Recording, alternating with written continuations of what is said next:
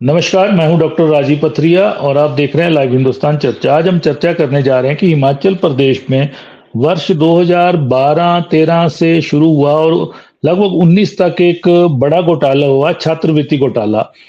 और छात्रों को 25,000 रुपया सरकार देती है कि प्लस टू के बाद वो चाहे व्यवसायिक कोर्स करें, चाहे वो कोई डिग्री करें। एससी, एसटी और ओबीसी छात्रों को हिमाचल प्रदेश में केंद्र की और हिमाचल की राज्य की मिला के कुल 21 छात्रवृत्ति योजनाएं हैं।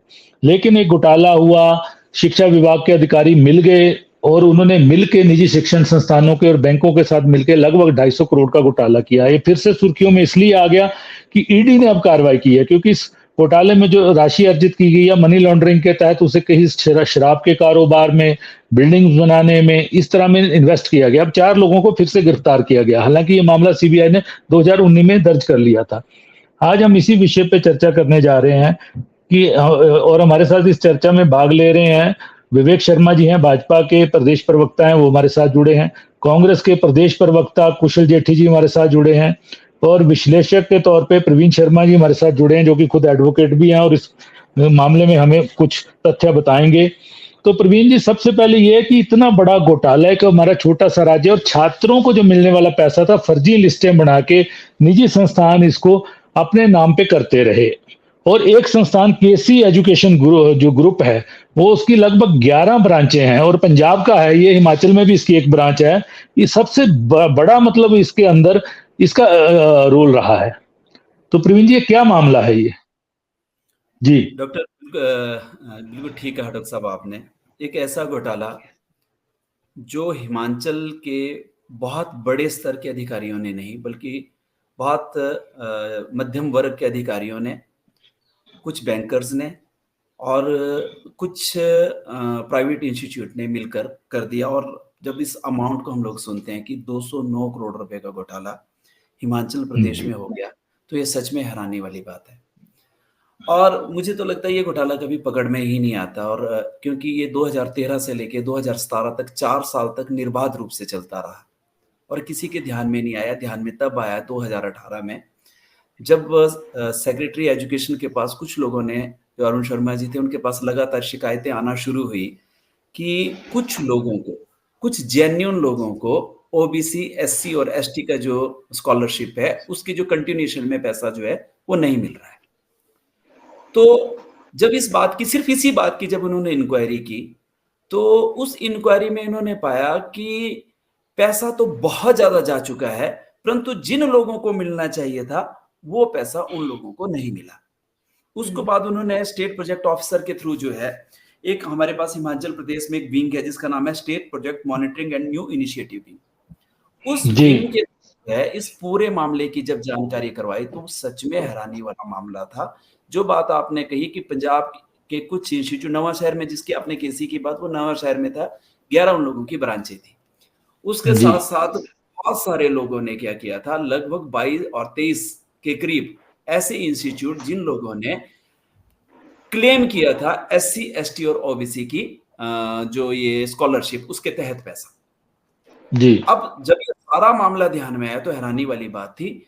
अब स्टेट गवर्नमेंट, उन्होंने क्या किया कि इस मामले को सरकार के सामने रखा और सरकार ने जो है एफआईआर लॉन्च करने की अनुमति दे दी। और 16 नवंबर 2018 को इसके अगेंस्ट एफआईआर जो है शिमला में होगी।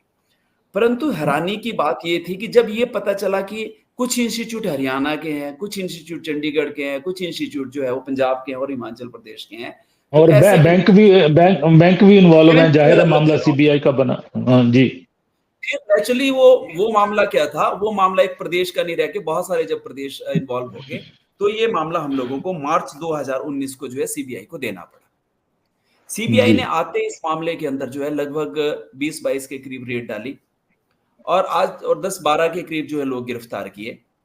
और आज मैं कुछ हैरानी वाले आंकड़े आप लोगों के सामने लेके आऊंगा। मेरे लिए भी बहुत बड़ी हैरानी वाली बात थी। ये जो स्कॉलरशिप जो आपने बात की थी, ये स्कॉलरशिप प्री मैट्रिक में मिलती है और पोस्ट मैट्रिक में भी मिलती थी।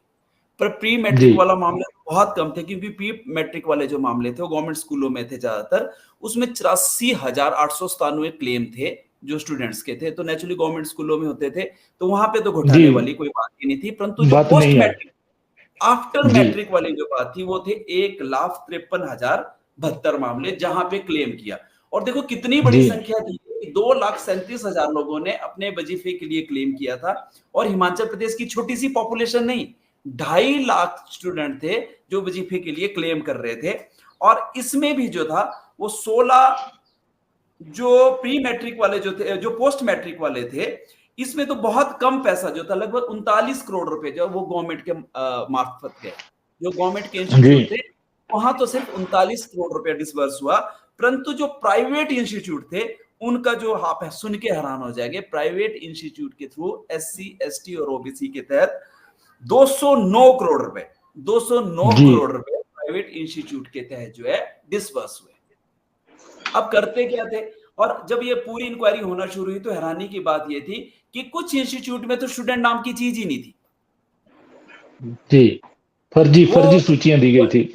ST की फर्जी सूचियां बनाते थे और इस अधिकारी के पास, अरविंद राजटा नाम का जो अधिकारी था, इस अधिकारी के पास भेज देते थे। सुपरिटेंडेंट था, ये सिर्फ सुपरिटेंडेंट था जो ब्रांच को हेड कर रहा था, इसको छात्रवृत्ति और ब्रांच ये को। मिल के जो है ये सारा का सारा पैसा जो है इनके अकाउंट में ट्रांसफर कर देते थे। अब जरूरत पड़ती थी बैंक की, तो बैंक में जो कैशियर्स थे, मैनेजर्स थे, उनके साथ लेके फर्जी अकाउंट खोले जाते थे।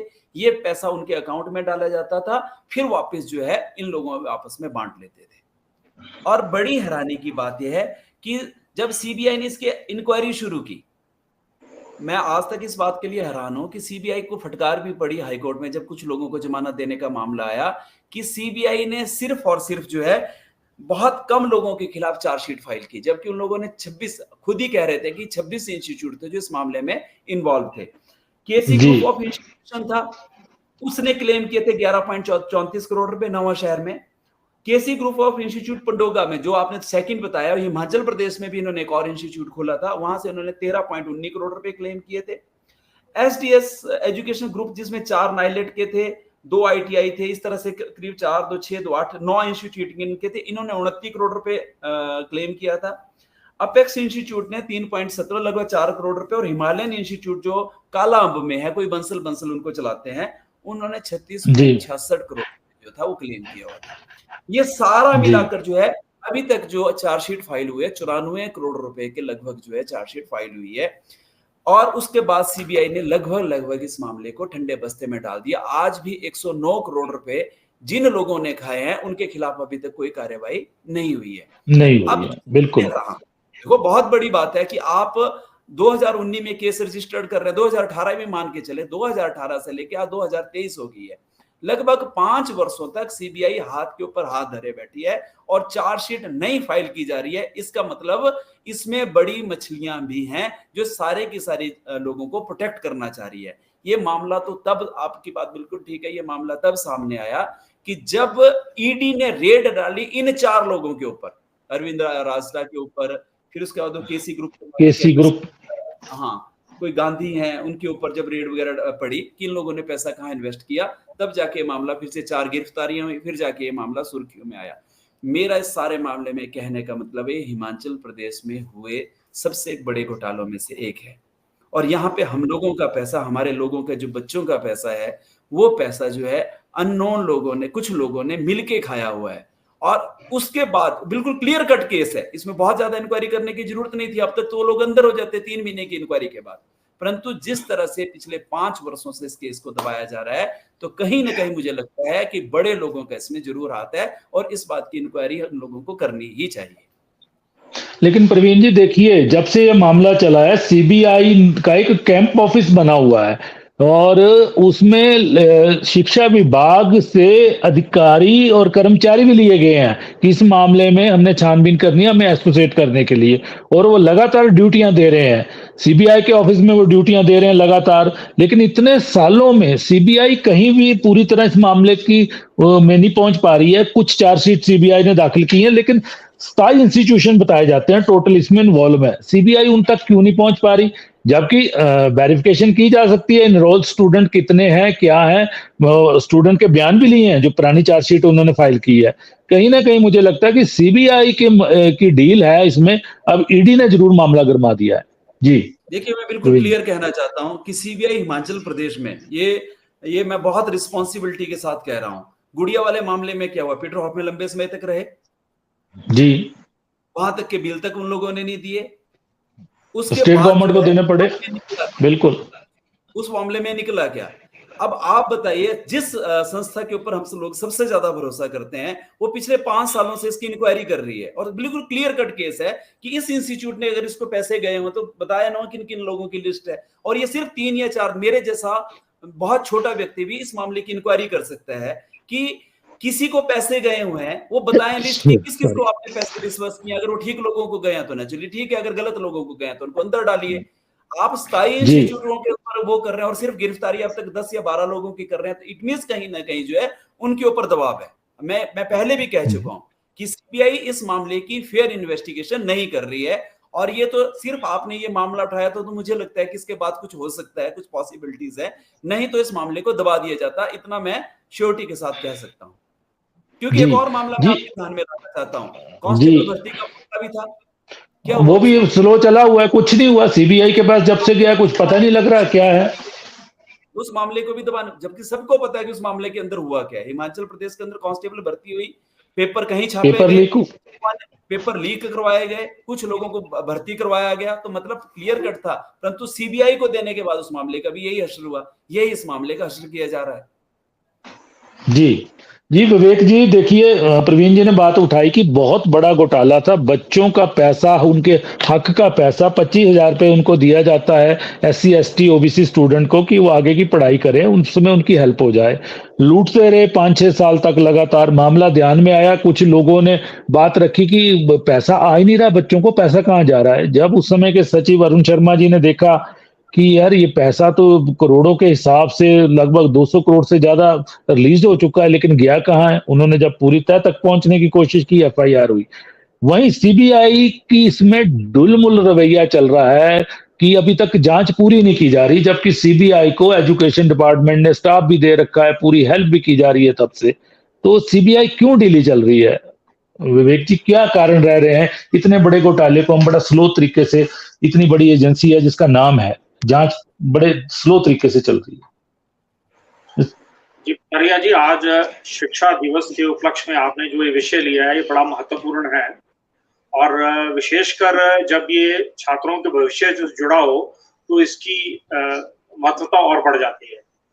जहां तक प्रश्न आता है भारतीय जनता पार्टी के दृष्टिकोण का, ये मामला जैसे ही 2018-19 के बीच में आया, उसमें माननीय सुरेश भारद्वाज जी हमारे शिक्षा मंत्री थे, उन्होंने तुरंत ये सरकार को दिया। और जैसा प्रवीण जी ने बताया कि ये अंतर्राज्यीय मामला था, तो इसको सीबीआई को हैंड ओवर किया गया क्योंकि स्टेट पुलिस इसको इन्वेस्टिगेट ना कर पाती, इसमें कुछ अड़चने आ सकती।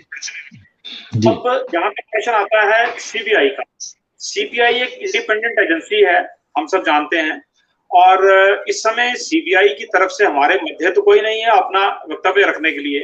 हम जी बिल्कुल बिल्कुल, हम सामाजिक दृष्टिकोण से चर्चा कर रहे हैं, प्रदेश के दृष्टिकोण से कर रहे हैं कि क्या होना चाहिए, क्या कमियां हैं। बिल्कुल समझ आता है, जितना मैं कोई बहुत लीगलाइज एक्सपर्ट नहीं हूं, लेकिन जितना मैं इस विषय को समझ रहा हूं वो उसमें दो चीजें हैं।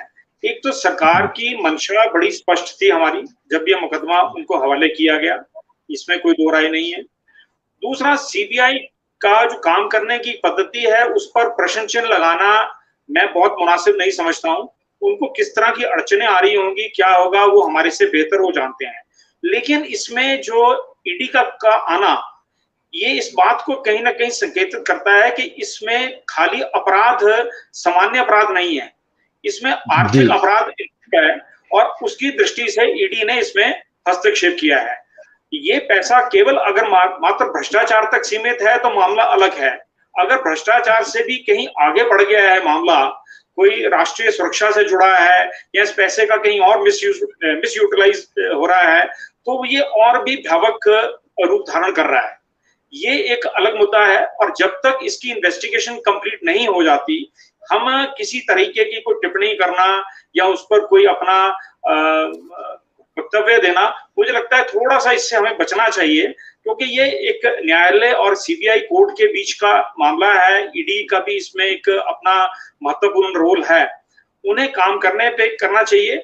उसमें प्रदेश, वर्तमान प्रदेश सरकार हो चाहे पूर्व की प्रदेश सरकार हो, उनकी तरफ से ठीक है सहयोग किया जा रहा होगा, हम ये नहीं कह रहे नहीं कर रहे होंगे, वो कर रहे होंगे, जो तथ्य जुटाने होंगे जुटा रहे होंगे, वो उसके ऊपर अभी बहुत जल्दी किसी निर्णय पे पहुंचना, हाँ ये बात मैं सहमत हूँ, प्रवीण जी की इस बात से मैं सहमत हूँ कि समय अधिक लग रहा है।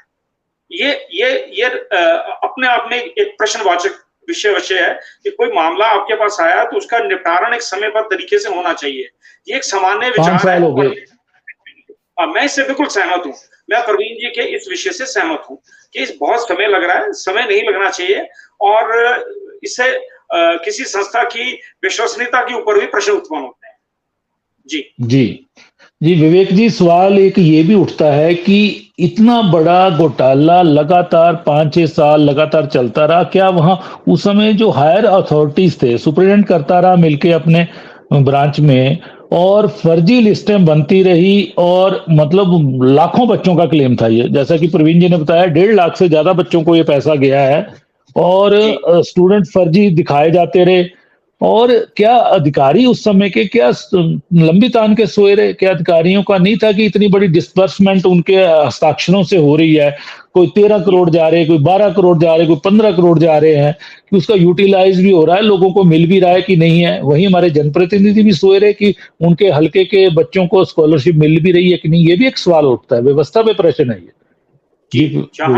इसमें दो विषय बड़े स्पष्ट हैं कि जैसे ही ये सरकार बनी, हमारी 17 में बनी और 18 में ये मामला आया, उसको तुरंत उस पर तत्कालीन जो हमारे शिक्षा सचिव थे डॉक्टर अरुण शर्मा जी, उन्होंने इसके ऊपर संज्ञान लिया, मंत्री जी के ध्यान में डाला और तुरंत ये मामला पुलिस और न्यायालय और व्हाटएवर सीबीआई का हैंड ओवर हो गया। जहां तक सरकार की नीयत और मंशा का प्रश्न आता है, उसमें कोई दो राय नहीं है कि उन्होंने बहुत तत्परता से इसको हैंडल किया। और मैं इसमें एक आपको और इम्प्रोवाइजेशन बता दूं, जब ये मामला पूरा न्यायालय में चला गया, चाहे 4 साल से 5 साल से जो भी चल रहा है, केंद्र ने इसमें एक परिवर्तन किया है। अब वो जो स्कॉलरशिप्स हैं वो डायरेक्ट बच्चों के खाते में आती हैं, ये सिर्फ उसको इंडोर्स करती है स्टेट्स, मतलब हिमाचल नहीं कह रहा, मैं सब स्टेट्स की बात कर रहा हूँ, वो डायरेक्ट उनके खातों में जाना शुरू किया। ये केंद्र का इनिशिएटिव था। अब जहां तक प्रश्न इंक्वायरी का, जो इंक्वायरी का प्रश्न है, उसमें जो समय लग रहा है वो ठीक है, समय नहीं लगना चाहिए, मैं इस बात से बिल्कुल सहमत हूँ, उसमें तत्परता दिखानी चाहिए। लेकिन जहां तक प्रश्न प्रदेश सरकार का आता है या केंद्र की सरकारों का आता है, केंद्र ने इसको अपने स्तर पर जो उचित उसके लिए कार्रवाई करनी चाहिए थी उन्होंने की है, उन्होंने इसको बिल्कुल अब सिर्फ ये इंडोर्स करते हैं यहाँ से कि जी ये छात्र है, उस जगह है, उसके खाते में डायरेक्ट पैसा चला जाता है। तो इसमें बैंकर्स भी इन्वॉल्व हैं, इसमें वो अधिकारी भी इन्वॉल्व हैं, इसमें और क्या क्या इन्वॉल्व है। फिर ये पैसा जो आपने बताया कि मनी लॉन्ड्रिंग के हिसाब से किन्हीं अन्य जगहों पर इसका उपयोग हो रहा है, ये मामला सारा बड़ा चिंताजनक है। और ये वास्तव में जो पात्र है, उपयुक्त पात्र है, जब उसके लिए जो योजना बनाई गई अगर उस तक नहीं पहुंच रहा तो ये अति दुर्भाग्यपूर्ण है। और ये अधिकारियों पर शिकंजा कसना चाहिए। मैं हमेशा इस पक्ष में रहा हूं, above the politics, above the political party. निजी विचार है कि सरकारी अधिकारियों के ऊपर जब तक शिकंजा नहीं कसेंगी सरकारें आती रहेंगी, जाती रहेंगी, और यही हो रहा है हिमाचल में। जी जेठी जी, अभी आप सुन रहे थे कि एक मतलब छोटे स्तर के अधिकारियों ने एक मिली भगत की और लगभग 200 करोड़ से ज्यादा 250 करोड़ के बीच में जो अमाउंट बताया जा रहा है, ये छात्रों को जो मिलना था उनकी उच्च शिक्षा के लिए, निजी संस्थानों के साथ मिलके उन्होंने वो पैसा खा लिया। और अधिकारी भी सुपरिटेंडेंट स्तर का है, ठीक है, लेकिन मतलब कुशल जी आपकी सरकार थी उस समय, मतलब ये प्रश्न आपके पास इसलिए आ रहा है कि आपकी सरकार थी, वो भी कहीं ना कहीं सोई रही। और सवाल ये उठता है कि उच्चाधिकारी, ठीक है, उसके ऊपर डायरेक्टर है, ज्वाइंट डायरेक्टर है, एडिशनल डायरेक्टर है, वो क्या करते रहे? लंबे समय तक हमारे लाखों बच्चों का जो पैसा ये लोग खा गए, अब इनसे रिकवरी भी नहीं हो पा रही है। और इन्होंने कोई शराब के ठेकों में, कोई बड़े बड़े कामों में पैसा इन्वेस्ट किया, तो ईडी ने अप्रैल 2022 में केसी ग्रुप वगैरह की सारी प्रॉपर्टी अटैच की। उसके बाद वो छानबीन ईडी ने जब शुरू की, उनको पता लगा कि इस पैसे का तो बहुत दुरुपयोग हुआ है, मनी लॉन्ड्रिंग का केस है, और अभी 4 लोगों को फिर से पकड़ लिया गया है। तो सरकार क्यों सोई रही है? जी सबसे पहले आपका धन्यवाद करूंगा कि जैसे विवेक जी ने कहा कि आज शिक्षा दिवस के ऊपर आपने इतना महत्वपूर्ण जो है वो डिबेट में जो छात्रों के लिए लिया है, क्योंकि बाकी राजनीति तो चलती रहती है, लेकिन ये बहुत जरूरी है जी जिसको हर एक चैनल इग्नोर करता है और हर एक जी पत्रकार भी इग्नोर करते हैं। लेकिन बड़ा गंभीर विषय है ये, जैसे आपने कहा कि हमारी सरकार के समय में भी हुआ था, उसके बाद भारतीय जनता पार्टी की सरकार भी आई, आज फिर कांग्रेस की सरकार है। बात दरअसल चर्चा ये है कि आजकल सरकारी स्कूलों में बच्चे जाते ही बहुत कम है। जो गरीब बच्चे जाते हैं उनको सरकार प्रोत्साहन करने के लिए जो ये केंद्र सरकार ने योजना लागू करी थी और बच्चों को पूरा उसका श्रेय मिलना चाहिए था। लेकिन ये जहां तक रही प्रवीण जी की बात बिल्कुल उचित लगी मेरे को कि इसमें कोई छोटी मोटी मछली इन्वॉल्व नहीं है। वो तो छोटा एक नाम तो आ गया उसके बदौलत हुआ, लेकिन मेरे को लगता है बहुत बड़े बड़े लोग इसमें इन्वॉल्व, क्योंकि इतना बड़ा कांड कोई एक व्यक्ति एक सुप्रीडेंट नहीं कर सकता जब तक उसको ऊपर से आशीर्वाद प्राप्त ना हो। और सारी जो सरकारें हैं मेरे को लगता है वो तो या तो उन्होंने उसके उस तरफ ध्यान नहीं दिया या कि कौन कौन इसमें इन्वॉल्व है। और जहां तक सीबीआई की बात, तो मुझे याद है कि 20/4/2022 को माननीय हाई कोर्ट ने सीबीआई को फटकार लगाई थी। और फटकार ये जी लगाई, इतना टाइम हो गया कि आपको जांच करते हुए और आपने अभी तक इसमें कोई चार्जशीट दाखिल नहीं करी। तो सीबीआई ने उस समय 22/4/2022 को माननीय हाई कोर्ट में ये कहा था कि हमने जांच की है कुल 266 संस्थानों में से 28 संस्थान इसमें शामिल है। 28 संस्थानों में से 11 की जांच पूरी हो चुकी है। ये सीबीआई ने कोर्ट में हल्फनामा दायर जी किया है। 17 की जी जांच 17 की जांच बाकी है। लेकिन अफसोस की बात है कि ये 2022 में बोला गया था, लेकिन उसके बावजूद भी ये जब अगर ईडी नहीं आती, मुझे लगता है ये मामला अभी भी दबा रहना था। ये तो ईडी जी के आने से हाईलाइट हुआ, ईडी के आने से। और ये पैसा जा कहाँ रहा है? पैसा जैसे कि हमने मीडिया के माध्यम से पढ़ा कि शराब की दुकानें खोली गई, कुछ प्राइवेट प्रॉपर्टीज ली गई। हिमाचल प्रदेश एक छोटा सा प्रदेश है, हमारे यहाँ इतना बड़ा घोटाला, हमारे माथे के ऊपर ये कलंक है हिमाचल प्रदेश के ऊपर। और मुझे अफसोस है कि इसको राष्ट्रीय मीडिया ने भी नहीं उछाला इस इशू को। अगर कोई और स्टेट होती तो उसको बड़ा उछाल के करती। सरकार का इशू नहीं है इसमें, सरकार किसी की भी हो, लेकिन जो भ्रष्टाचार हुआ किसी की सरकार में, वो भ्रष्टाचार टॉलरेबल नहीं होना चाहिए और नेताओं को इसकी ओर ध्यान देना चाहिए। इससे क्या मैसेज आता है कि हिमाचल प्रदेश में कुछ भी करो सीबीआई के केस जाएगा। जैसे प्रवीण जी ने कहा कि पहले गुड़िया का कांड सीबीआई के पास गया, उसके बाद पुलिस भर्ती गया, उसके बाद छात्रवृत्ति घोटाला गया, लेकिन कोई कार्रवाई नहीं हो रही। धीमी गति से कार्रवाई क्यों हो रही है? हमें समझ नहीं आता क्या सीबीआई उनको बचाना चाहती है? सीबीआई को तथ्य नहीं मिल रहे। अगर सीबीआई को तथ्य नहीं मिल रहे तो सीबीआई अपना दायरा बढ़ाए, कुछ और लोगों को इन्वेस्टिगेशन में शामिल करें।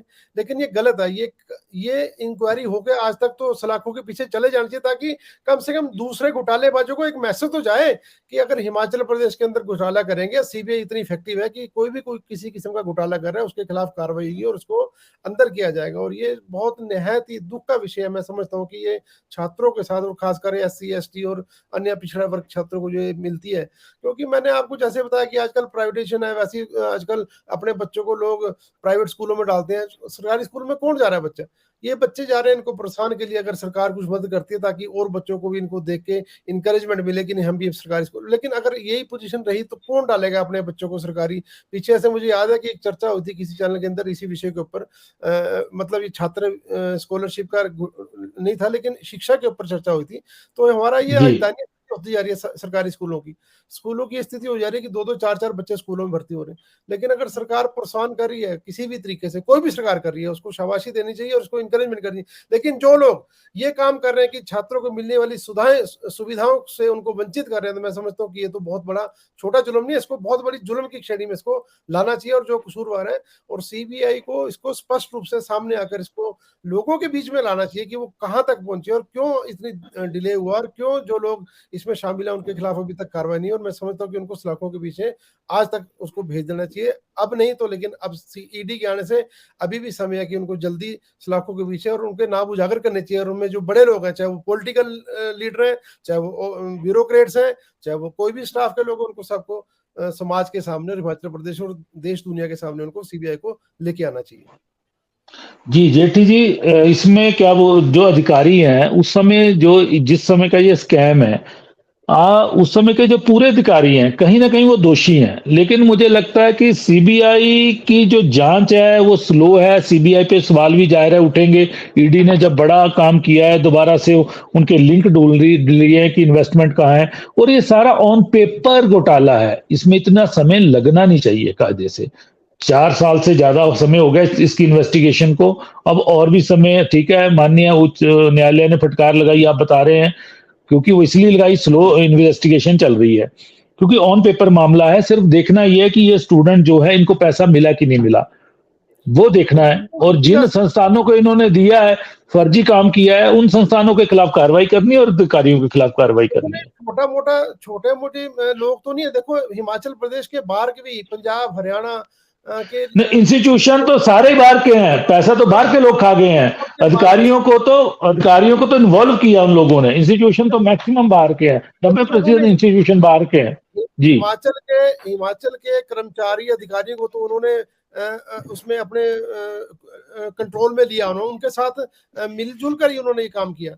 लेकिन वाकई बड़े अफसोस की बात है कि ऑन रिकॉर्ड सब कुछ पेपर के अंदर है, ब्लैक एंड व्हाइट में सब कुछ है। प्रवीण जी ने काफी कुछ आपको बताया और हमारे को जानकारी जिसे मिले, काफी कुछ बताया। जब एक आम आदमी के पास इतनी जानकारी है तो सरकार और सीबीआई के पास कितनी जानकारी होगी, आप बताइए मेरे को आप।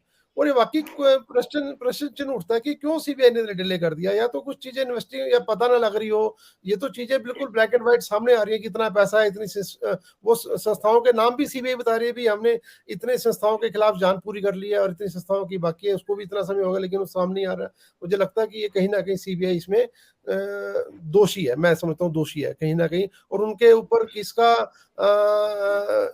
कौन उनको कंट्रोल कर रहा है या कौन उनको रोक रहा है जांच करने से, ये तो सीबीआई जान सकती है, लेकिन इसमें कुछ ना कुछ गड़बड़ जरूर है। मुझे लगता है कि मैंने जैसे पहले भी कहा था, अगर ईडी कार्रवाई ना करती तो आज भी ये मामला शायद आपके चैनल में भी चर्चा का विषय ना बनता, वैसे भी मीडिया में चर्चा का विषय ना बनता। ये जी प्रवीण जी, ईडी ने कार्रवाई 2022 में भी की, अप्रैल में शुरू के, और केसी ग्रुप ही मुख्य दोषी उस समय पाया गया, क्योंकि उसकी 11 ब्रांचों में ये डिसबर्समेंट हुई है, काफी पैसा उन्होंने ये लिया है। और लेकिन सवाल ये है कि ईडी भी वहीं तक पहुंच रहा है जो सीबीआई ने अभी तक जिन चीजों को इन्वेस्टिगेट किया है। पूरे इंस्टीट्यूशन अभी तक 11, 12 या 13 जो भी किए होंगे, और आगे कब तक कार्रवाई होगी। और इस तरह की कई योजनाएं, ठीक है, केंद्र ने उसके बाद, इसी घोटाले के बाद, हिमाचल के घोटाले के बाद ही निर्णय लिया कि छात्रवृत्तियां अब डीबीटी से लिंक होंगी, जो उनके पेरेंट्स का खाता होगा या उनका खाता होगा उसमें जाएगा पैसा। लेकिन छात्रों का, मतलब लाखों छात्रों का पैसा तो ये लोग हड़प गए हैं और चुपचाप बैठे हैं। कोई शराब का माफिया बन गया, शराब के कारोबार में उतर आया, कोई कुछ उतर आया, जमानतें लेके बैठ गए। 12 लोग के करीब अरेस्ट हुए और जमानतों पे आ गए, लेकिन अब फिर से 4 उठा लिए ईडी ने। तो ये मामला किसी लॉजिकल एंड तक पहुंचेगा, क्योंकि पूरा सीबीआई के कार्यालय में पूरा शिक्षा विभाग का स्टाफ तैनात है हेल्प करने के लिए, सूचियां बनाने के लिए, शुरू से इस मामले में। लेकिन फिर भी मामला एंड तक पहुंच नहीं रहा, फाइनल चार्जशीट ही दाखिल नहीं हो रही है इसकी। डॉक्टर साहब, अभी पीछे जैसे खबर आई थी और कल मुख्यमंत्री जी ने भी कहा कि उन्होंने आपदा के टाइम में 167 करोड़ रुपए इकट्ठे किए, और एक चीफ मिनिस्टर के लिए पैसा इकट्ठा करना कितना मुश्किल रहा होगा। किस तरह से लोगों से 10,000, 50,000, 1 लाख रुपए लिए, फिर जाके 167 करोड़ रुपए इकट्ठे हुए। यहाँ तो 10-12 लोगों ने 209 करोड़ रुपए खा लिए हैं। और 209 करोड़ रुपए जब खाए होंगे तो आपको क्या लगता है कि उसमें ज्वाइंट डायरेक्टर इन्वॉल्व नहीं रहा होगा जिसने साइन किए होंगे? क्या उसमें डिप्टी डायरेक्टर इन्वॉल्व नहीं रहा होगा? क्या उसमें डायरेक्टर एजुकेशन इन्वॉल्व नहीं रहा होगा? क्या सेक्रेटरी एजुकेशन इन्वॉल्व नहीं रहा होगा? और क्या एजुकेशन मिनिस्टर इन्वॉल्व नहीं रहा होगा? बिल्कुल। सरकार, हिमाचल प्रदेश सरकार के पास भी नवंबर 2018 से लेके जो मार्च 2019 तक जब ये केस गया तो लगभग 5 महीनों का समय था। परंतु ये जो एक नई तरह की एक शुरू हो गई है कि हम भी चुप रहेंगे, आप भी चुप रहो, ये कहीं ना कहीं प्रदेश को खत्म करने वाली बिल्कुल एक सोची समझी बात है कि ठीक है, आज 5 वर्ष मेरे हैं, मैं चुप रहूंगा, अगले 5 वर्ष आपके हैं, आप चुप रहो। ये तो शुक्र करो एक ईमानदार अधिकारी वहां पे बैठा हुआ था और जिसने भारी दबाव के बावजूद भी कहा कि एफआईआर तो मैं लॉन्च करूंगा। अगर बिल्कुल अधिकारी वहां पे नहीं होता तो ये घोटाला तो कब का खत्म हो चुका। ये सरकार के संज्ञान में आता ही नहीं, बिल्कुल कहीं भी नहीं आता।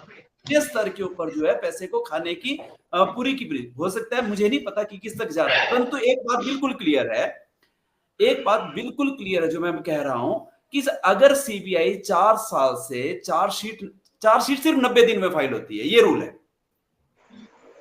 कि किसी भी केस रजिस्टर होने के इन्वेस्टिगेशन के 90 दिन के अंदर आपको चार्जशीट फाइल करनी है।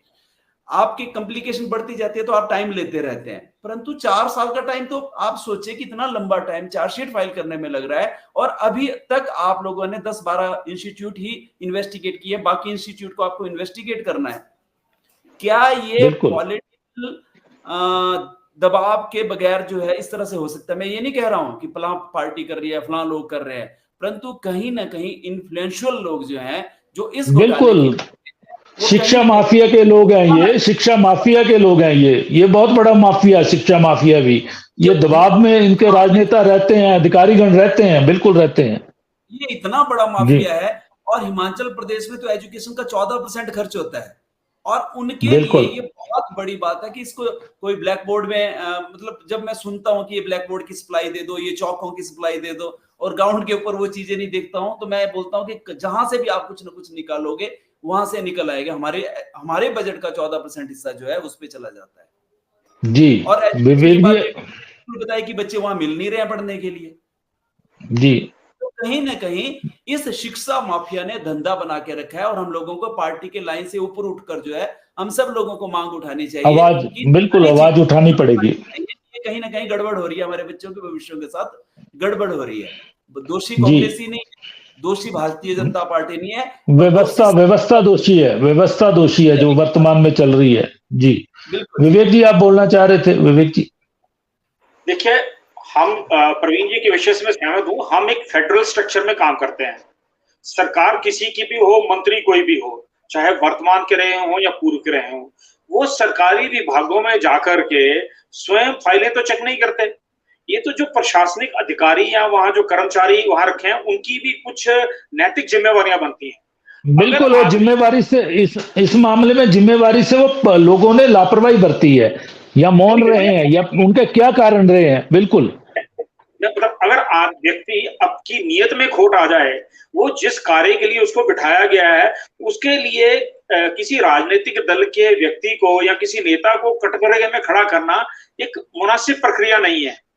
मेरा मानना है कि राजनीतिक दल सामाजिक दृष्टिकोण में छीटाकशी करना सबसे आसान है। हम किसी भी राजनीतिक दल के नेता के ऊपर ये छीटाकशी करते हैं कि वो खराब है, वो भ्रष्ट है, ये बहुत आसान है। लेकिन जो नीचे सब कुछ पकता है, जो अधिकारी कर्मचारी मिली भगत करते हैं, वो अपने आप में एक बड़ा बिल्कुल ये मामला तो विवेक जी, ये मामला तो वैसे ही चेन अधिकारी कर्मचारियों की बनी हुई चेन का मामला है ये, कहीं ना कहीं। तो चलिए, हाँ जी,